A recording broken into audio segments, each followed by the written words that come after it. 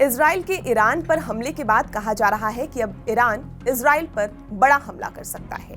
यही नहीं, ईरान के बारे में कहा जा रहा है कि इस बार ईरान के निशाने पर अमेरिका भी है। ईरान और उसके प्रॉक्सी अरब में मौजूद अमेरिका के सैन्य बेस को समाप्त करने वाला सैन्य अभियान लॉन्च करने की तैयारी कर रहा है। ब्रिटिश इंटेलिजेंस एजेंसियों को जो इनपुट मिला है उससे खामेनेई और उसके सेना के खतरनाक और खूनी प्लान का खुलासा हुआ है। इस प्लान के मुताबिक ईरान सिर्फ इजराइल पर मिसाइलों से ही धावा नहीं बोलेगा, बल्कि इजराइल के बाहर मौजूद उसके ठिकानों पर ब्लास्ट कर सकता है। सूत्रों के मुताबिक ईरान ने इजराइल के साथ साथ अमेरिका को भी जख्म देने का प्लान बनाया है।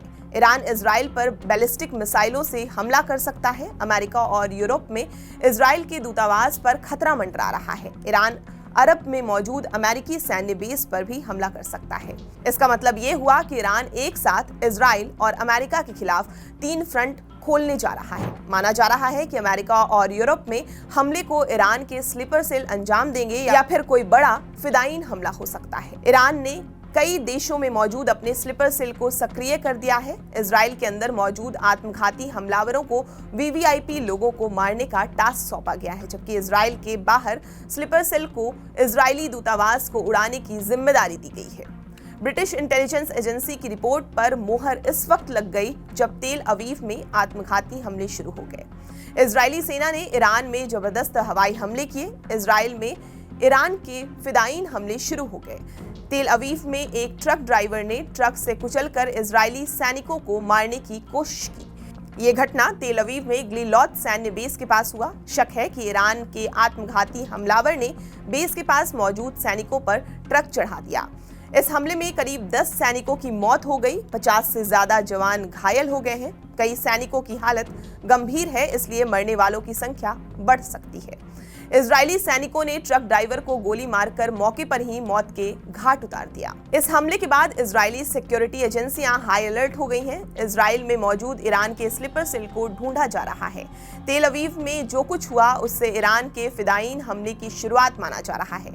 आने वाले दिनों में ईरान के स्लीपर सेल सिर्फ इजराइल में नहीं बल्कि अमेरिका और यूरोपीय देशों में भी हमला करेंगे। इनके टारगेट पर इजरायली दूतावास है।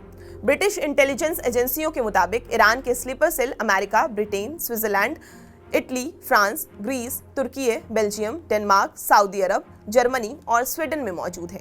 इसका मतलब ये हुआ कि इन देशों में इजरायली दूतावास और अमेरिकी ठिकानों पर हमले हो सकते हैं। पूरी दुनिया में ईरानी स्लीपर सेल का ये जाल ईरानी जनरल कासिम सुलेमानी ने बिछाई थी। कासिम सुलेमानी ईरान के कुद्स फोर्स के मुखिया थे। अमेरिका ने साल 2020 में उनकी हत्या कर दी थी।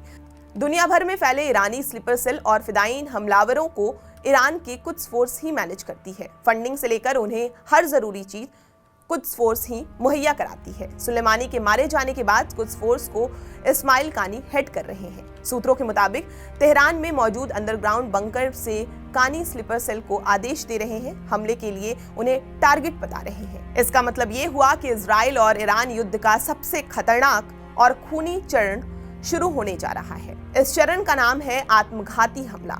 इजराइल और अमेरिका पर अब बहुत बड़ा खतरा मंडरा रहा है। अगर इस खतरे को नहीं टाला गया तो ईरान और उसके स्लीपर सेल इजराइल के साथ साथ अमेरिका को भी बहुत बड़ा जख्म दे देंगे। आपको ये पूरी जानकारी कैसी लगी हमें कमेंट करके जरूर बताएं और देश दुनिया की तमाम खबरों के लिए आप हमारे साथ बने रहें और देखते रहें TV9 डिजिटल।